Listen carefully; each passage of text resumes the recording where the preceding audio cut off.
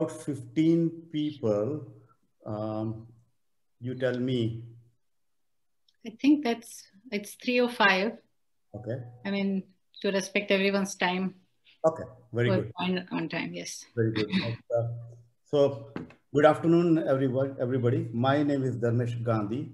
And on behalf of MWAPI, welcome you to another healthy living series from MWAPI.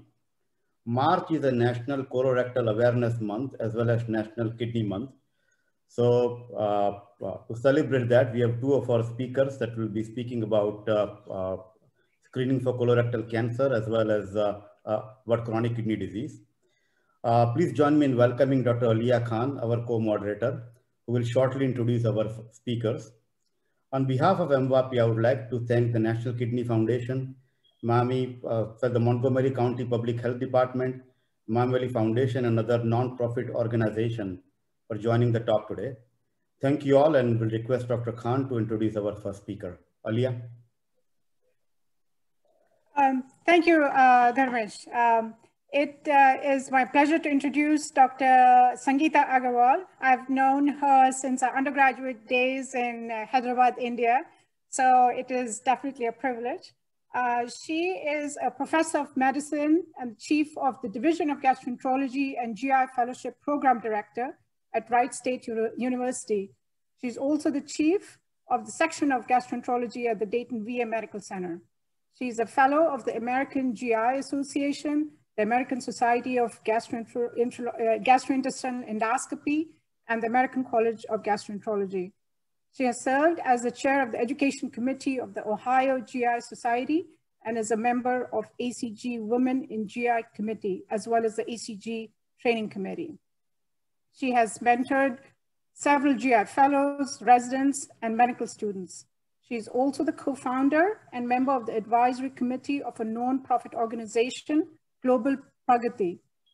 She received her medical degree from Gandhi Medical College in Hyderabad, India, and completed her residency in internal medicine, as well as a fellowship in gastroenterology at the University of Missouri in Columbia, Missouri.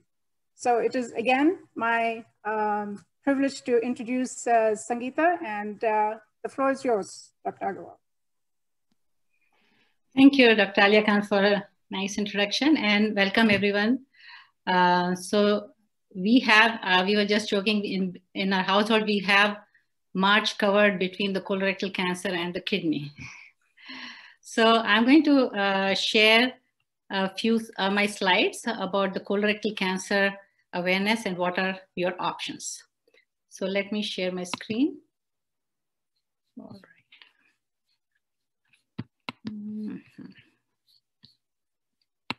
Okay, 1 second.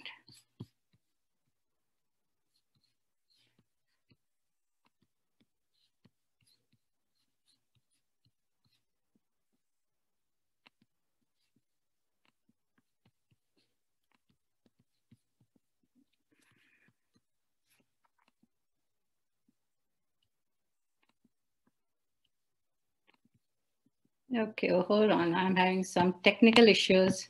I had to actually open my file before, and just hold on for a second.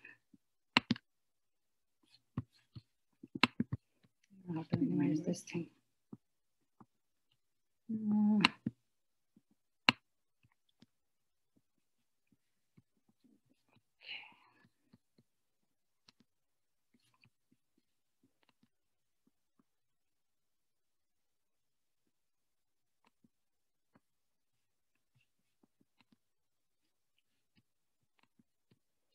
Okay, I think I'll need to leave this and then join back again, I think.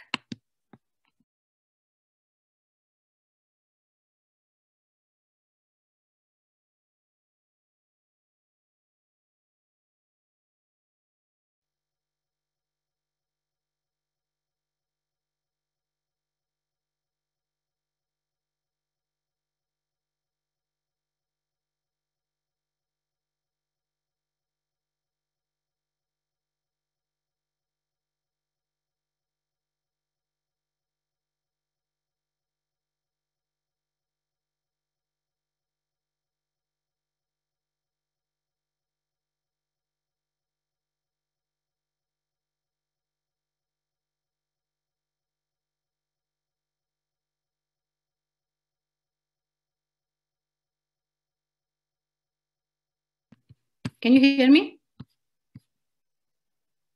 Can you hear me? Yes, we can hear. Yes. Okay.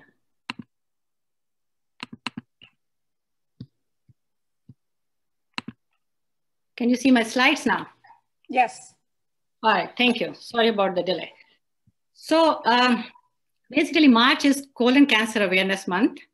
And the importance of this month is, or the importance of colorectal cancer is, you can prevent colorectal cancer by screening. 60% of colon cancer deaths could be prevented with screening. And I want to keep that in mind as you look at these slides. Now, colorectal cancer is the third most common cancer in both men and women in the United States. Yet it is one of the most preventable types of cancer. And these are some of the statistics for you to keep in mind. Every man has 1 in 23 lifetime risk of colorectal cancer, and every woman has 1 in 25 lifetime risk of colorectal cancer. Now, this year, there are about 150,000 estimated new cases will be diagnosed with colorectal cancer, and about 50,000 will die this year. That's the projected statistics. Now, something which we have learned is in the recent years, the incidence of colorectal cancer, especially rectal cancer, has increased in the younger age group. Okay, it's been estimated that people who are born around 1990 have twice the risk of colon cancer and 4 times the risk of rectal cancer than those who were born around 1950. Now, the exact reason for this is not known, but a lot of studies have been done and experts have suggested that it is our unhealthy diet and sedentary lifestyle which is contributing. So there has been a shift. Younger people are being diagnosed with colon and rectal cancer, which is very important to know because rectal cancer is very aggressive and it can be life-changing. You don't want a young person to have a colostomy because rectal cancer can do that to you. So now 45 is the new 50 as far as colon cancer screening is concerned. Previously, there are so many societies, there's American Cancer Society, there is USPS Task Force, there's American College of Gastroenterology. These are all national societies which advise us about when to screen and what are the best screening tests for different types of cancers. And all of them have advised, and we have shifted the age of screening from 50 to 45. So if you're 45 or older, you should get one type of colon cancer screening test. And as I said earlier, you can actually prevent it with screening, and I'll show you that. It's the third most common cancer, but it is most other cancers, if you do the screening, you are actually detecting early cancer. In this case, you are actually detecting a precancerous lesion, which you can remove and thus prevent colon cancer. What are the benefits of screening? The benefits of screening are you can remove precancerous polyps. So when you do colonoscopy, you do see the polyps, which are these small growths inside the colon, and you can take them out and prevent them from growing into cancer. And I'll show you in next slides how that happens.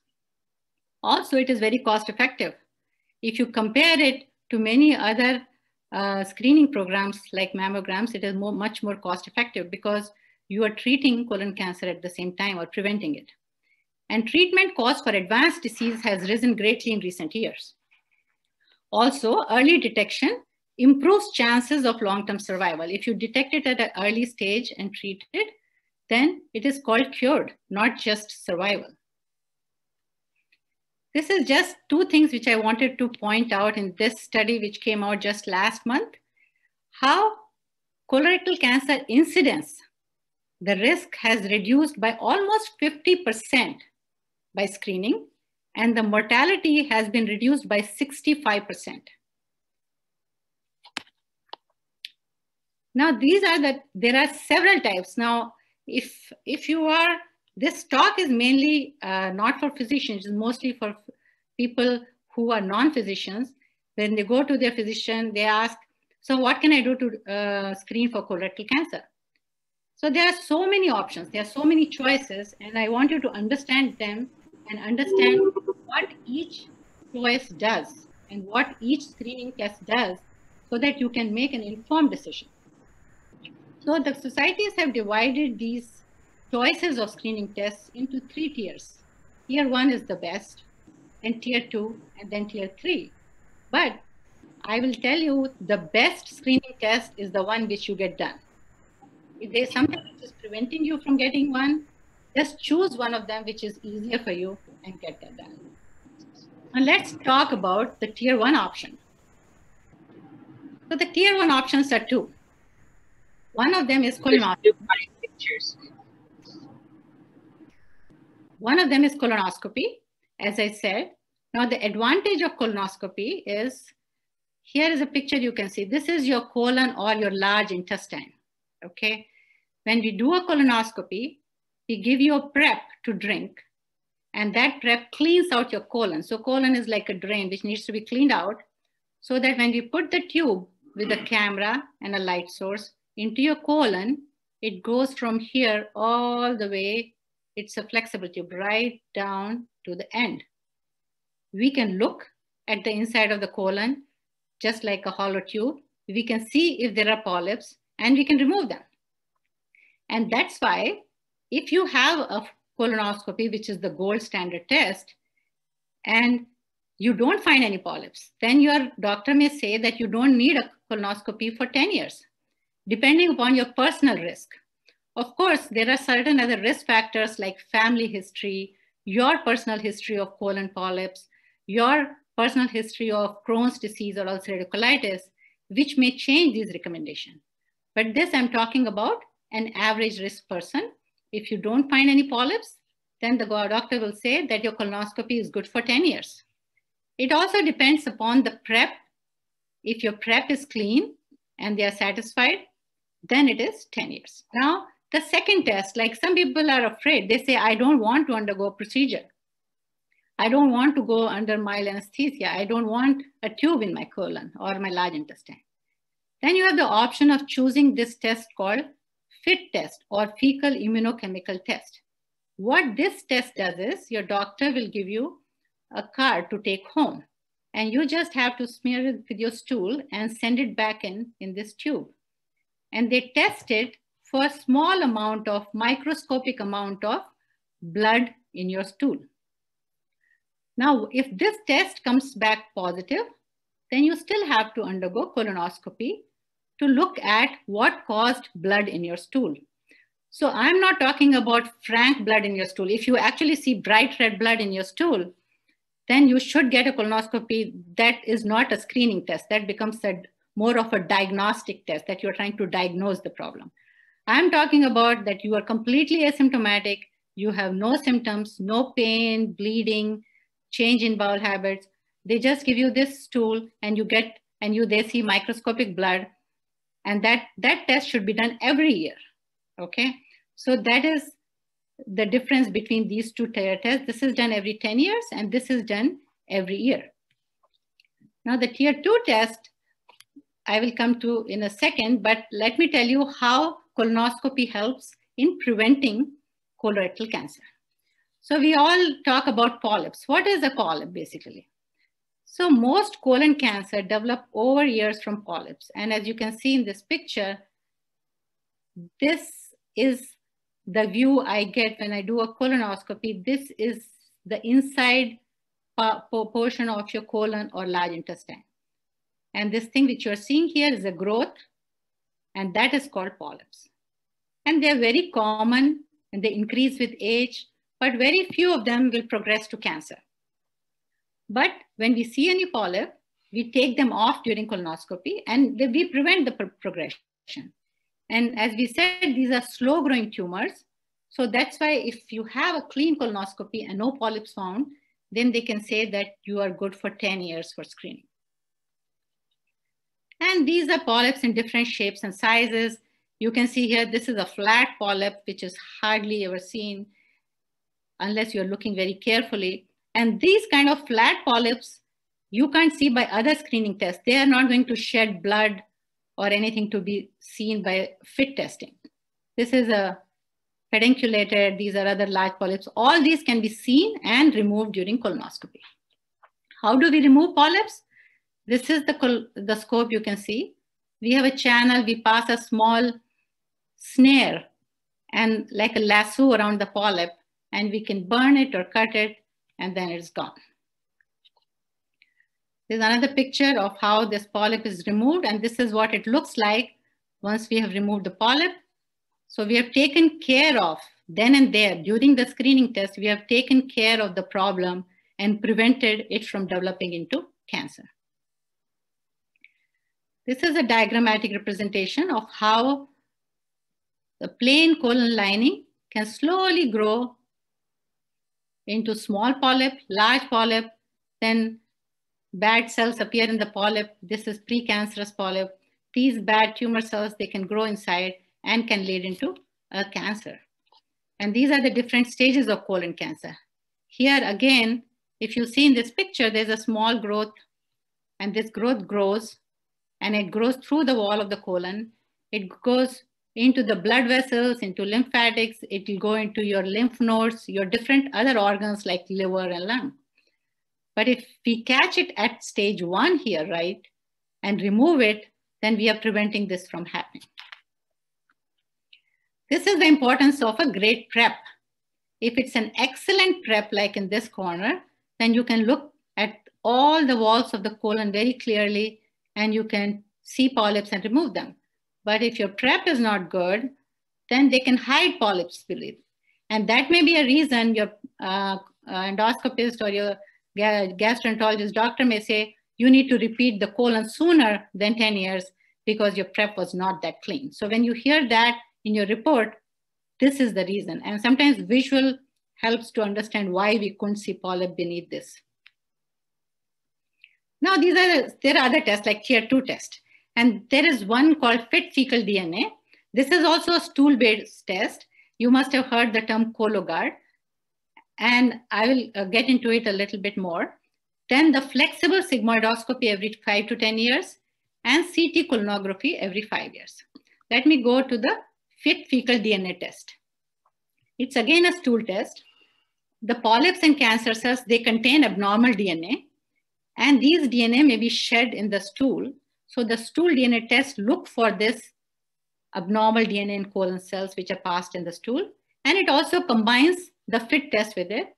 So it's a more sensitive test if it is done once than the FIT test. And that's why the recommendation is, if this is negative, then you can repeat it every 3 years. Now the difference between colonoscopy and sigmoidoscopy, you can see in this picture. The sigmoidoscopy will go only up till this part of your colon. See this green scope? It is going only up till the left side of your colon. So we are missing this whole right side of the colon and the transverse colon. But a lot of polyps, majority of the polyps are seen on the left side. And that's why if you don't want to have colonoscopy, they are recommending, okay, at least get a flexible sigmoidoscopy and repeat it every 5 to 10 years. Maybe you're preventing majority, not all of the cancers. And this third test is a CT scan. It's a CT colonography where you still have to drink the prep. So you won't escape the prep here, and you can see the polyps and you can diagnose colon cancer or colon polyps.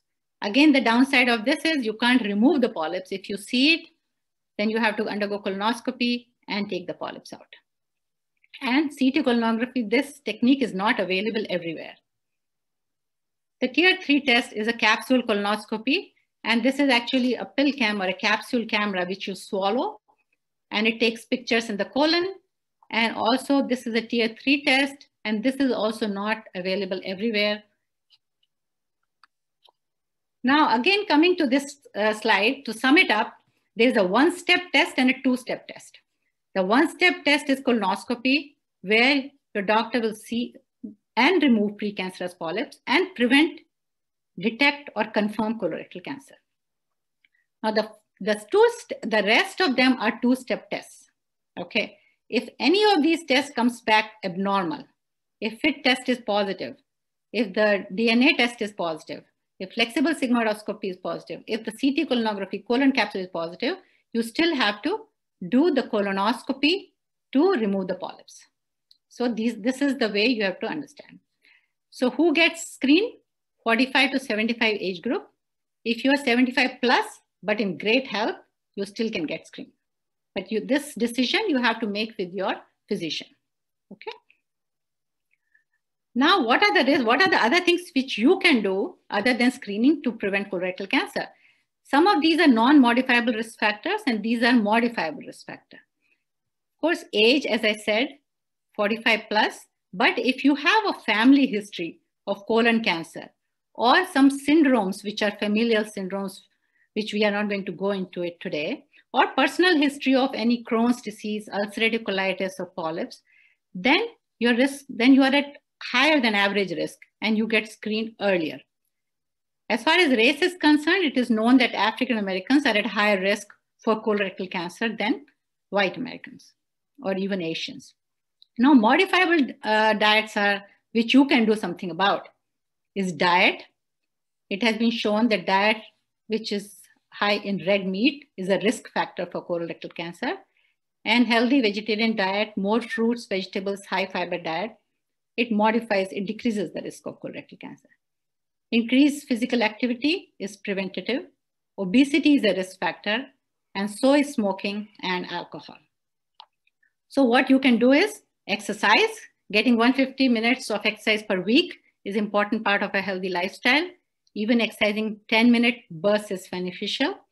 Eat healthy fruits, vegetables, and whole grains. Quit smoking. Drink in moderation.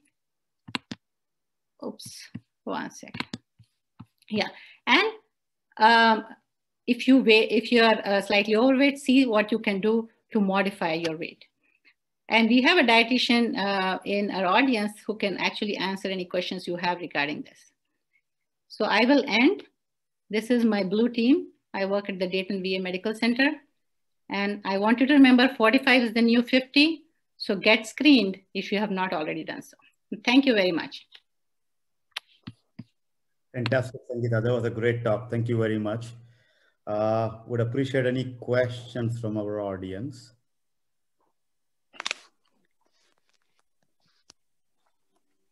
Sangeeta? Yes. Hi, this is Dr. Raj calling. It is a wonderful talk. Is this FIT test you mentioned, is it very reliable? So, the FIT test, and the FIT one, yeah. Okay, yeah, I can answer that. So the FIT test actually it detects small amount of globin in your stool. Okay. So that means that you already have an advanced polyp, a large polyp which is bleeding, or cancer which is causing FIT positive. Okay. So once the FIT is positive, that means you have to have a diagnostic colonoscopy. So the sensitivity and specificity is much less than that of colonoscopy. Also, if you have flat polyps, like I showed you different pictures of polyp, if they're really flat polyps which don't bleed and on the right side of the colon, then the sensitivity actually decreases for the FIT testing. That's why they're saying do it every year. Okay. I have a quick another question that, and I had 10 years ago, everything is normal, but is the new preps I hear are better, or what is that? That is the main problem with getting to colonoscopy, but I hear there are new preps which are easier or simpler. Right. So one thing is there is no way around the prep. That is the main hindrance for colonoscopy, but unfortunately we have to clean it. But there are a lot of new preps which are small volume. Like some people don't like the prep because there's large volume. So there are a lot of preps which are small volume, but whenever you pick those preps, talk with your doctor, because you may have some of the preps are contraindicated in some people with, say, high blood pressure or diabetes. So you have to talk to them and find out which prep is good for you. But there are a lot of small volume preps which are easily tolerated, and they should be split dose. That means you don't get to drink the whole thing at one time. You have to split it and drink it. So that makes it easier, and it makes the colonoscopy prep cleaner. Okay, thank you. It was a good talk, Sangeeta. Thank you, Dr. Ashika. Sangeeta, this is Satish. In India, the incidence is lower than here, as you know. And is the frequency same for the screening in India, or is it any different? So thanks, Satish, for the question. In India, there are no guidelines for colorectal cancer screening. And as we know, colorectal cancer is more of a disease of developed nations. The incidence was very low in India and Asia initially, but now that is changing. The incidence of colorectal cancer as a diets and lifestyle is changing in urban India. The incidence of colorectal cancer is increasing, especially rectal cancer in young men, and which is what we are not able to, we don't know what is causing it. It may be again diet and lifestyle, but there's more to it than just those two issues in India. But other than that, the vegetarian diet, fruits and vegetables, maybe that is what is preventing, but that incidence is changing of colorectal cancer in India too. Thank you. Any other questions we have? Right. Why don't we get started with Alok and Sangeeta? If there's any questions for you at the end, we'll come back to you. Sure. So I will take a minute to minimize this and put the other thing, but thank you very much. And if you're 45 and above, please get screened. All right. Thank you, Sangeeta. March is also National Kidney Month. And before we introduce Dr. Alok Agarwal, I would like to thank the National Kidney Foundation, Montgomery County Public Health Department, Mamwali Foundation, and other non-profit organizations for joining the talk today. I'll request Dr. Alia Khan to introduce Dr. Alok Agarwal. Alia.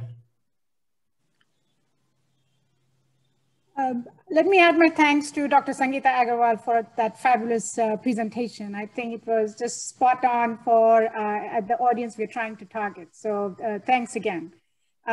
We are fortunate to have the other half of the Agarwal family doing a second talk. So Dr. Alok Agarwal is going to be our next speaker. He is a nephrologist and hypertension specialist. He is a clinical associate professor at Wright State University, and he practices at the VA Medical Center.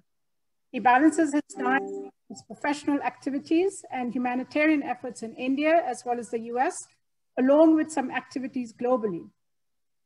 His poverty alleviation efforts include founding the Global Pragati for Global Progress, which is a non-profit organization.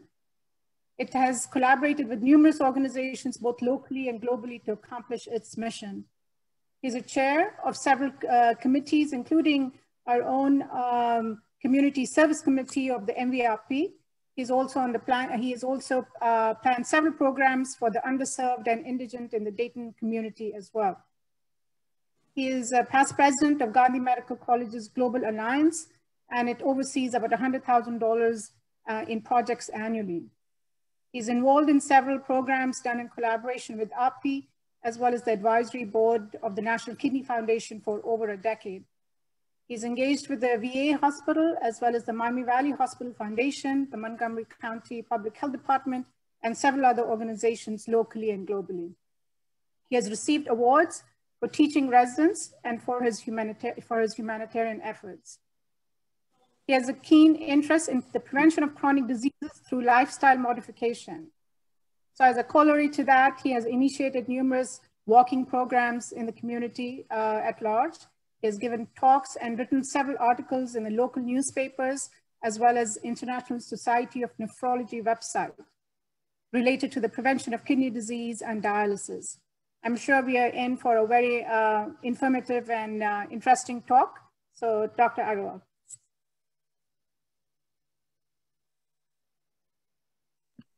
Okay. Thank you, Alia. Can you all hear me? Yes. Yes, Alok. Right. Yep.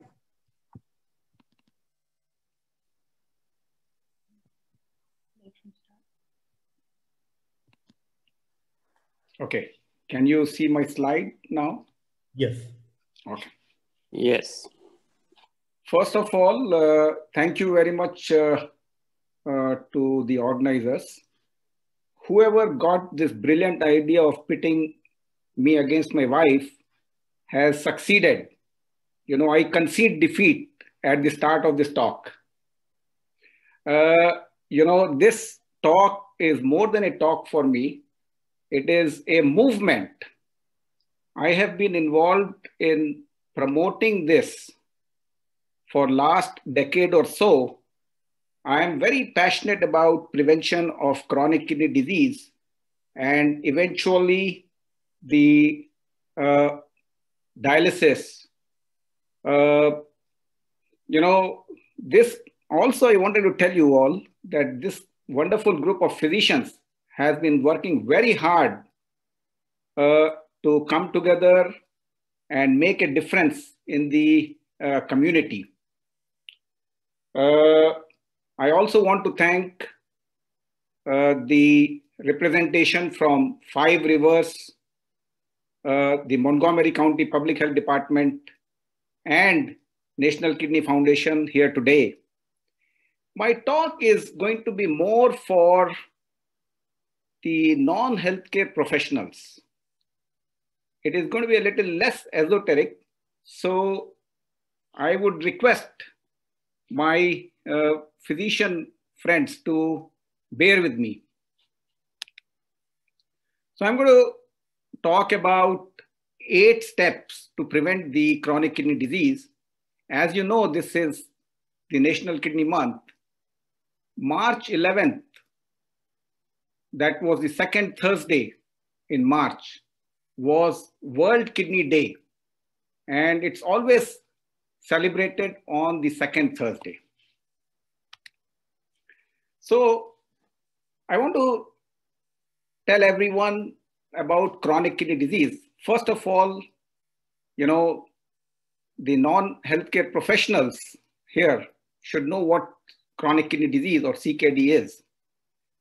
We nephrologists, kidney doctors, we deal with a lot of different medical issues. One is known as acute renal failure. Then there are kidney stones. We also deal with hypertension. We also deal with electrolyte problems. You know, the problems of sodium in the blood, potassium in the blood, magnesium. And then we deal with chronic kidney disease and end-stage renal disease where dialysis is required. We also see patients who have had kidney transplant. So, you know, kidney disease, as you will realize today, are silent killers. And what I have here in this slide is, you see the stage 1, stage 2, stage 3, stage 4, and stage 5. This is gradual progression of chronic kidney disease to end-stage renal disease. It takes place over several years. How often do we see chronic kidney disease and the end-stage renal disease? So you see this. This is what 37 million people in America, in US, are thought to have chronic kidney disease. About 775,000 people are on dialysis or have received kidney transplant. So what you see is just the tip of the iceberg. People on dialysis or those who have received transplantation. The incidence and prevalence, that is the number of new patients and the number of old patients, they are gradually increasing in US. Here you see worldwide data. This is the number of people who are on dialysis or who have received kidney transplant. Here you see in 2010, there were about 2.62 million. And in 2030, this is expected to be 5.44 million. So this is the number of people who are on dialysis or have received kidney transplant. Now, I wanted to also show you a comparison with COVID-19. We are all saddened by what has happened in last 1 year, the COVID-19. But let me show you some statistics here. Chronic kidney disease, there are about 850 million cases worldwide. COVID-19, as of yesterday, 119 million cases were reported worldwide. Chronic kidney disease, globally, there are about 2.3 to 7.1 million deaths annually due to lack of dialysis and transplantation. As of March 12th, globally, there were 2.6 million deaths reported from COVID-19. The only thing which is similar is that both these conditions are largely preventable. So what are the major causes of chronic kidney disease? One is diabetes, and number two is hypertension, high blood pressure. So between the two conditions, almost about 75% of patients with chronic kidney disease have either diabetes or hypertension. Let us not focus on the other causes. Root cause analysis shows that unhealthy lifestyle, you see this picture on the left side, unhealthy lifestyle causes obesity, which then results in hypertension, diabetes, high cholesterol levels. And this then results in heart disease, kidney disease, strokes, circulation problems. Also, this unhealthy lifestyle risk factors cause several other issues. You know, we just heard about the cancers, and there are a lot of other issues which are caused by this. Here on the right side is, where it shows the relationship between lifestyle behaviors and chronic kidney disease. So this was a slide, on the right side I prepared for one of the grand rounds. I will not go into the details. What I want to tell you all is the poor dietary habits and sedentary lifestyle causes obesity, which can cause chronic kidney disease either through hypertension or diabetes. It can also lead to chronic kidney disease directly without causing diabetes or hypertension. So this was a study in which about 350,000 patients were studied. And what they looked at is the end-stage renal disease, which is, when the kidneys fail completely and people need dialysis. They looked at the data where they had BMI of less than 18.5. This is underweight. 18.5 to 24.9 is the normal weight. And then you see as the BMI increases to the right, the relative risk of end-stage renal disease increases. You see how it goes up, and when someone's BMI is more than 40, the risk is about 7-fold. In US, obesity rates have been increasing over time. You see the states are getting more and more red, and so are the diabetes rates. 1994 to 2009, and currently it is about 9% or so in US, but I think Montgomery County is about 11% or so diabetics. Now compare that slide. Just remember the previous slide here, all the red. Look at the number of patients on dialysis. All those states which were more red are the ones which have more dialysis patients. Look at this global comparison. This US, this is the one on the left side is the obesity, and on the right side is the number of people who are on dialysis or have received kidney transplant. So look at this, US, as the obesity rates have been increasing, Mexico, Australia, these are again the three countries which are highest with respect to end-stage renal disease. So I hope I'm not confusing you all. I just want to give this message. All my healthcare professionals, all the friends, they know all this. So now the pandemic of obesity continues to grow. We are going through a pandemic of obesity also.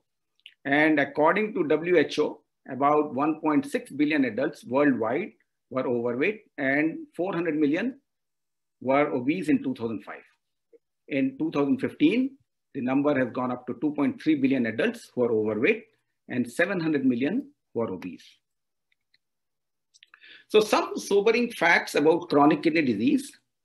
This is, the dialysis or transplantation is the most dreaded complication of chronic kidney disease.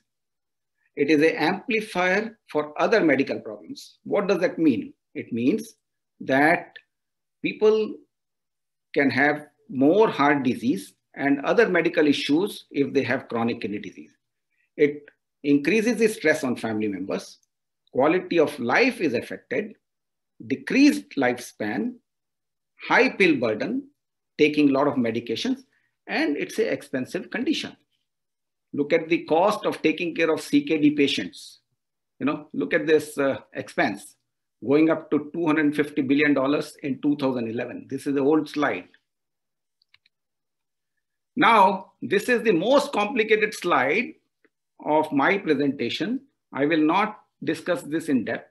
I just want you all to know that adipose tissue produces leptin, and then there is decreased production of adiponectin. These two actually, so adiponectin is protective, leptin is the bad guy. So these two eventually cause initiation and progression of kidney disease. Coming to the most important part of the talk, 8 steps to prevent chronic kidney disease. And there is a reason why I put it like this, 8 steps. Basically, I want to discuss the strategy of 8 S's. And here they are. Okay, so the first one is sedentary lifestyle avoidance. Number 2, sugar avoidance. And what does that mean? Sugar avoidance is also carbohydrate. You want to avoid carbohydrates also. Salt avoidance. We have a physician in the community who has been advocating salt avoidance for a very long time now. I don't know if he's joined the talk today or not. And then saturated fats avoidance. You're all going to ask me, Dr. Agarwal, what are we supposed to eat? If you are asking us to avoid sugar, salt, saturated fat, the answer lies in having small portion size of meals, balanced diet. And then servings of fruits and vegetables should be 5. There is a DASH diet, which stands for Dietary Approach to Stop Hypertension. And that promotes more servings of fruits and vegetables in the diet.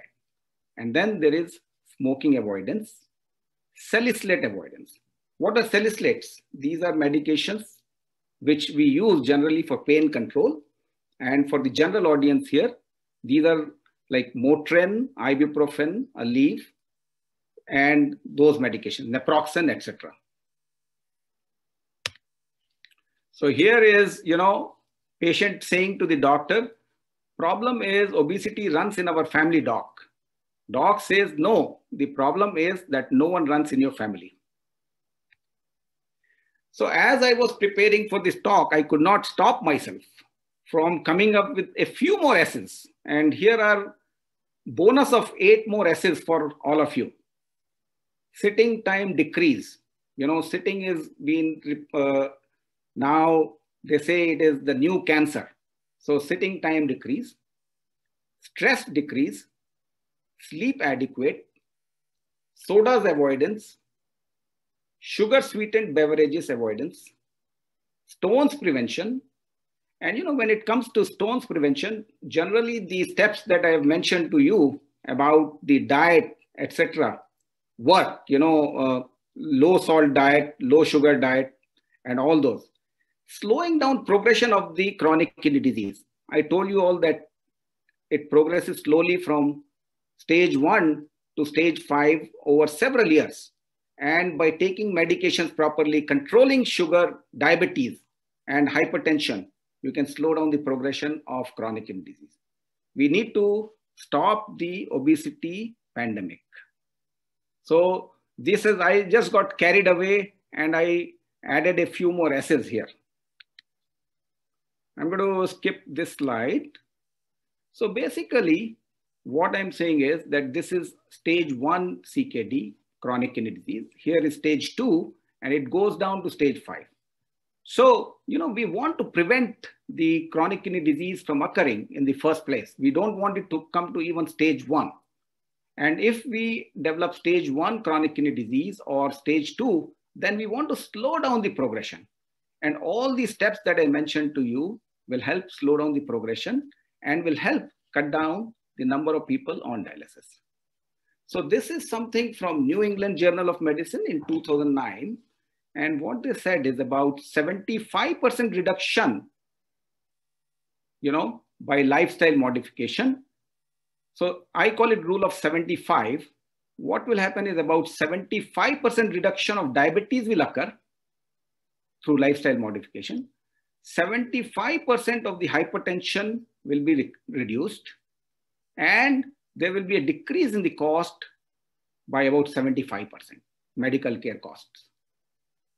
Now, what I have done is I've extrapolated, that's why I use the red arrow here, and I feel that there also will be a 75% reduction in the kidney disease and the need for dialysis. So, I told you all that this is a movement for me. This is not just a talk on a Sunday afternoon. All your time is very precious. I have been promoting this. Excuse me. I have been promoting this for several years, about a decade or so. I have written newspaper articles. I have written on the International Society of Nephrology website with global presence, and I've been part of several different kidney awareness programs, health promotion committees, and so on. These are some of the walking programs that I've been part of. And some of the other physicians in this group also were responsible for creating the Holy 5K walk or run. And then there is the Health Strides program, the poker walk for the veterans awareness. This was a very interesting concept, the poker walk. You see the flyer on the right side, where what the veterans did was they would stop at the stations and learn about healthy lifestyle. And then this year, because of the pandemic, we had a virtual walk, and it was very, very successful event. There was participation from US, about 30 cities in US, UK, India, and several different countries, and there were about 650 participants. Together, they did about 50,000 plus miles, 50,500 miles in 1 month. We are going to have this event again in October of 2021, and I will send you the information so that everyone can join. This is the healthcare awareness program in the lobby of VA Hospital.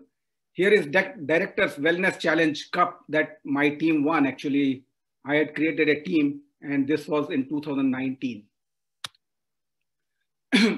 In 2017, the theme for the International Society of Nephrology World Kidney Day was kidney disease and obesity. Healthy lifestyle for healthy kidney. I was presenting this talk almost every day, somewhere or other, and increasing awareness of kidney disease and ways to prevent. This was in 2017, and this is something very close to my heart. So now, I request everyone here today to join hands and to stop this kidney disease pandemic in its track. I feel team stands for together, everyone achieves more. Thank you very much for this opportunity. Thank you for your time listening to me. And, it has been a wonderful journey here with MVRP. So thank you very much. Thanks, Alok. It was a great talk. Yes, please. Any questions? Thanks, Alok. Fantastic. Would appreciate any questions from our audience. Can I have one question, please? This is Dr. Rajshekhar. Please. Alok, it was a great talk. I like that slide you said when the family, it runs in the family, and the doctor says, no, no one runs in the family. I agree with that. But quickly, can you elaborate on the adenoleptin, the two bad guys? You said leptin and adenoleptin, please, once, just for audience sake and my sake to refresh my memory. Definitely, definitely. So first of all, let me tell you all that Dr. Rajshekhar is a true champion of wellness.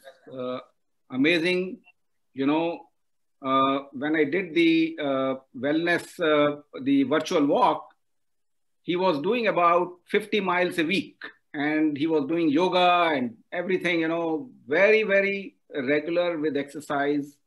And he's written again a lot about the diets and all those things. So thank you, Dr. Rajshekhar. I think we have been teaming up, for quite some time, and we should continue to do that. So coming to your more technical question about leptin and adiponectin. Leptin is, these are produced actually by the adipose tissue. Rather, I should say leptin is produced by the adipose tissue. And with adipose tissue, the adiponectin decreases. So these have been the sort of compounds which eventually lead to the kidney damage. And they have a lot of effects on different organs too. I have almost about 500 slides on the topic, and I've done grand rounds also. So just for everyone to know that leptin has a lot of bad effects. Adiponectin has protective effects. Okay, thank you. One more, just to add to your, that sitting is new cancer. I just want to add, like, sitting is also considered as new smoking, as bad as new smoking, and leads to degenerative disc disease. Maybe that would help the audience, to keep motion is lotion. So keep moving, and that may prevent both kidney disease as well as back problems too. Thanks, Alok. It was wonderful. Sure, thank you. And to add to your point about sitting, now they say that sitting also alters the upper airway anatomy and predisposes you to have a high risk of sleep apnea. There you go. That's a new thing now. Very good. That's good thing to know. Dharmesh, in response to Dharmesh, Dharmesh, even obesity has been shown to increase the obstructive sleep apnea, and the collar size, I don't remember the exact number, 16.5, 17. 17. 17 for men. 17, yeah. Right. So that also increases the obstructive sleep apnea. It also has an effect on COPD and asthma also, So, right. Sleep apnea is a topic in its own right. But just to add, when we clear patients for renal transplant and they are non-compliant with CPAP, the transplant unit at UC will tell them that you have higher risk of rejection of your kidneys if you're not compliant with your CPAP. But that's a topic for a different day. But thank you very much, Alok. That was great talk. Would appreciate any questions from our audience. A great talk, Alok. This is Satish, and physical inactivity is linked to everything, including cancer too. So dementia, whatnot, heart disease, and as long as people are moving, they can stay away from all these diseases, I guess, at least partly. And wonderful talk. I mean, let me add from a rheumatology standpoint as well. With the higher BMIs, you see higher incidence of osteoarthritis. There's almost a direct correlation, as well as all other inflammatory arthritis and other autoimmune conditions as well. So there are lots of these pro-inflammatory cytokines that we feel get switched on when patients are obese. So, when patients ask about what, why did we get this, or why does someone get an autoimmune condition or inflammatory arthritis even, there are, like you said, there are, modifiable factors and some inherent factors. The modifiable factors obviously includes this, obesity is really at the top of that,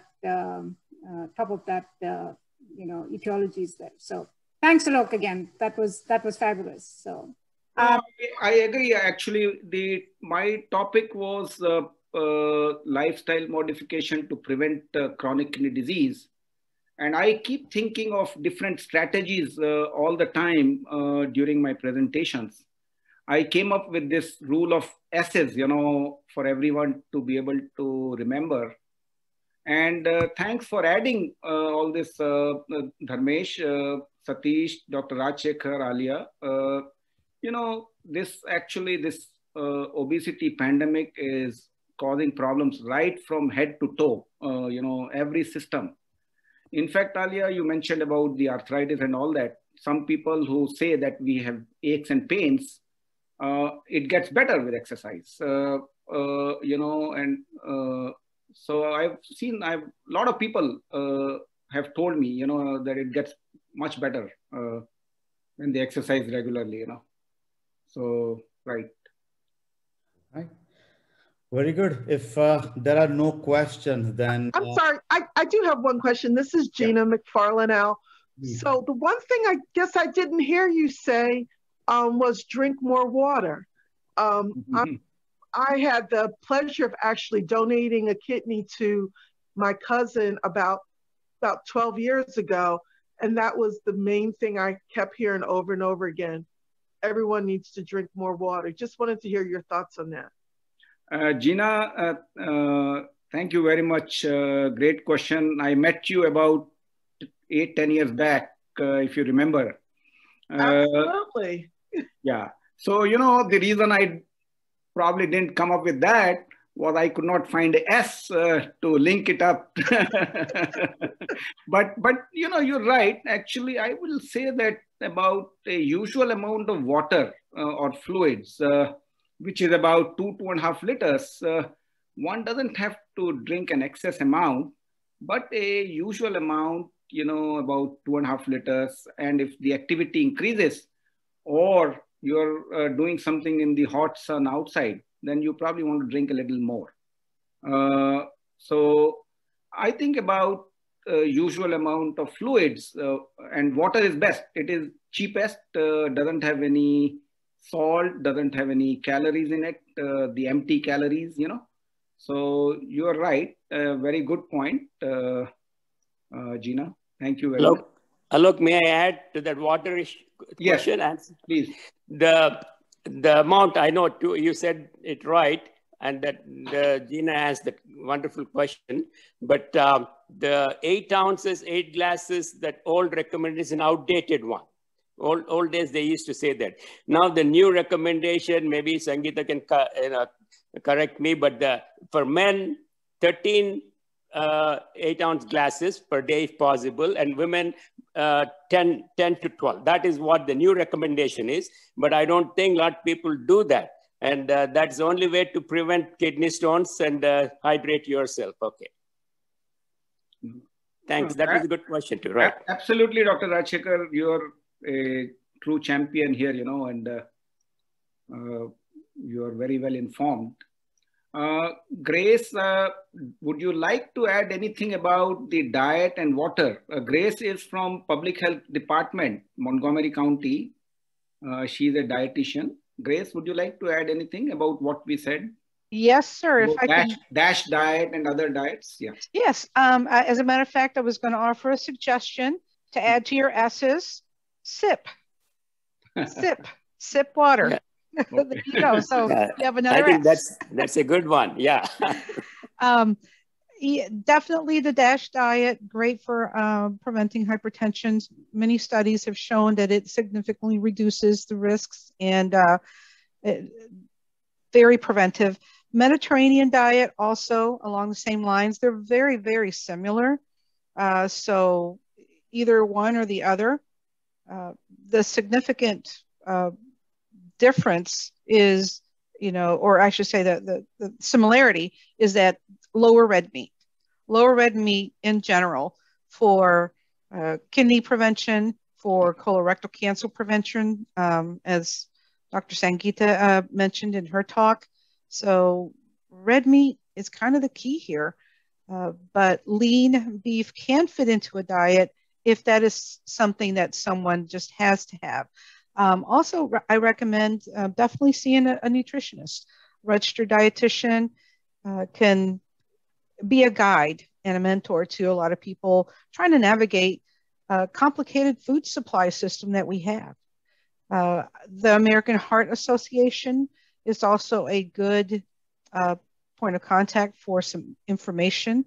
They actually have the 7 simple steps. So very similar to what you spoke in your 8 steps. They just have 7 steps. They narrow it down to that. And I'm actually going to be providing a series of webinars for Diabetes Alert Day. Diabetes Alert Day is the fourth Tuesday of March every year. And in honor of that, Public Health is sponsoring a series of 4 webinars every Wednesday from noon to 1. There should be a registration page out on our Public Health website that you can just go there and sign up. And it's for the public at large. Very simple information about diabetes, the different types, what it is, how to, risk factors, how to take the risk test, and where to go to get information and education. Because Public Health also offers diabetes education classes online and hopefully soon back in person. But currently, yeah, we're offering it online. It's 8 weeks. And upon completion, you still get monitored on a regular basis. So would love to referrals to the program from physicians or anyone else that people can self-refer as well. Grace, thank you very much. Sure. We have our president, Dr. Meenakshi Patel. She is truly a champion, when it comes to diabetes prevention. She is in this meeting right now. And if you send me the flyer or information, I will circulate it in the group, Grace. I will definitely do that. Right. And thank you so much. And, Gina and Grace and others from NKF, when this kind of activity was planned, our group has done a wonderful job, Dr. Dharmesh Gandhi and the group. But I had a suggestion that we should take it to the common man. And we would like to do this, with more feedback, take this kind of program to the common man and with all your support. So thank you very much. This is Jean. I think that's a great idea.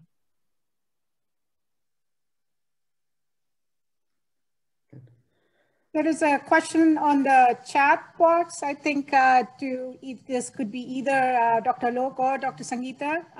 It's from one of our participants today. What is considered a good amount of physical activity? I will let the expert answer that question.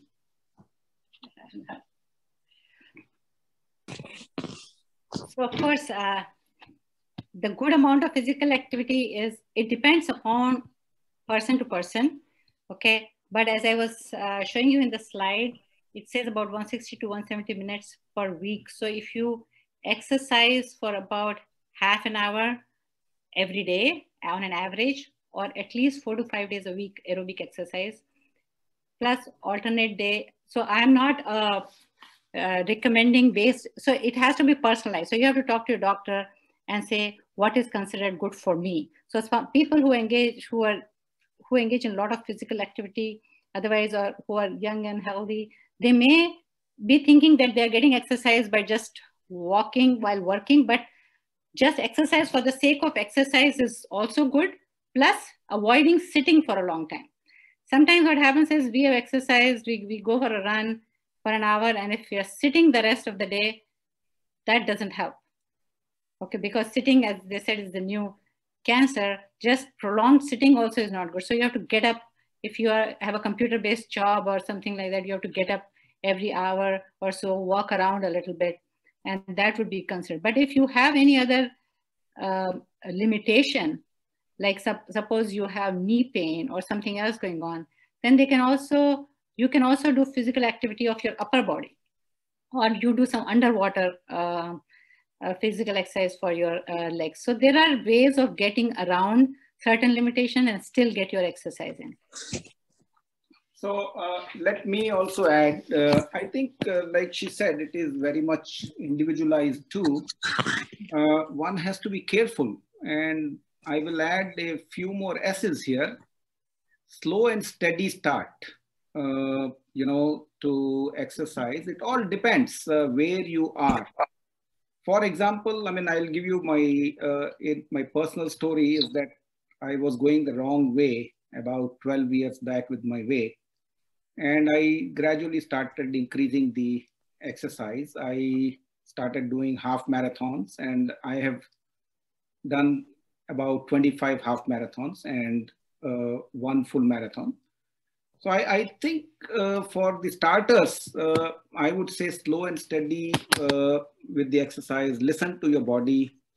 It's different for if you're trying to lose weight versus whether you're trying to maintain the weight. If you're trying to maintain, you can do less exercise, but if you have to lose weight, you have to do more. But again, listen to your body. I personally have to do much more than 150 minutes per week to maintain my weight. So I think one has to look at whether you have some heart issues or not to start off with. What's your age? And then try to get to a healthier weight slowly, gradually, slowly. So that's the other S. So I think that would be my answer to the question.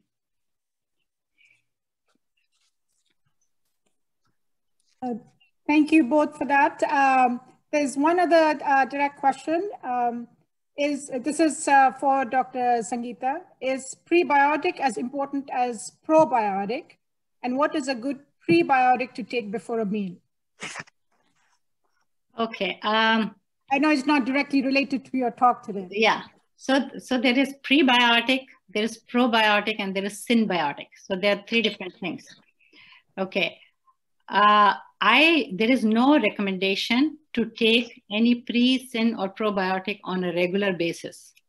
If you're eating a balanced, healthy diet, there's no recommendation to take either pre, pro, or post, or any symbiotic on a regular basis. So that is, if you have any specific question regarding pre or probiotic, I can answer that, but there is no recommendation for a healthy person having a healthy, complete diet to take any of those on a regular basis. May I add that something to your answer, Sangeeta, if you don't mind? Sure. About to answer the earliest doubt, the good prebiotic, I know there's no recommendation, but onions, if you don't mind eating onions are good prebiotics. That's easily available.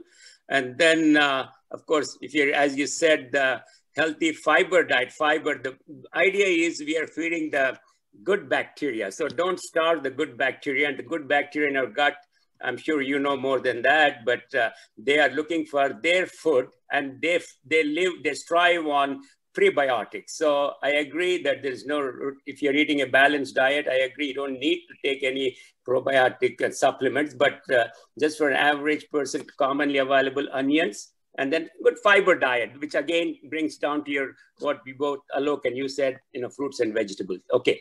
So to add, thank you, Dr. Shekhar. That's a good point.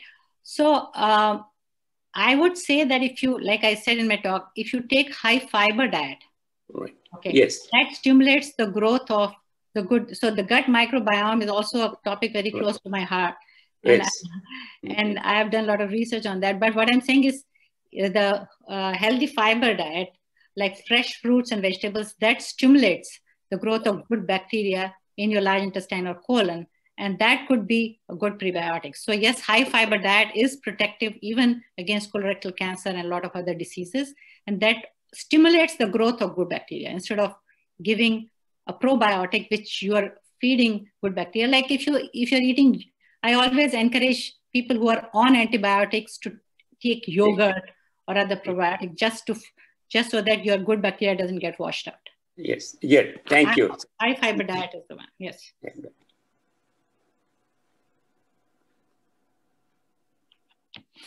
There are any more questions we have? Thank you very much, Alok and Sangeeta. That was a great talk. We learned a lot. On behalf of MWAPI, thank you very much. Thanks, everyone. Thank you. Thank you very much. Thanks, Alok and Sangeeta. It was a nice afternoon, Sunday afternoon learning session. Thank you. Thank you. Thank you very much. Thanks, everybody. Bye.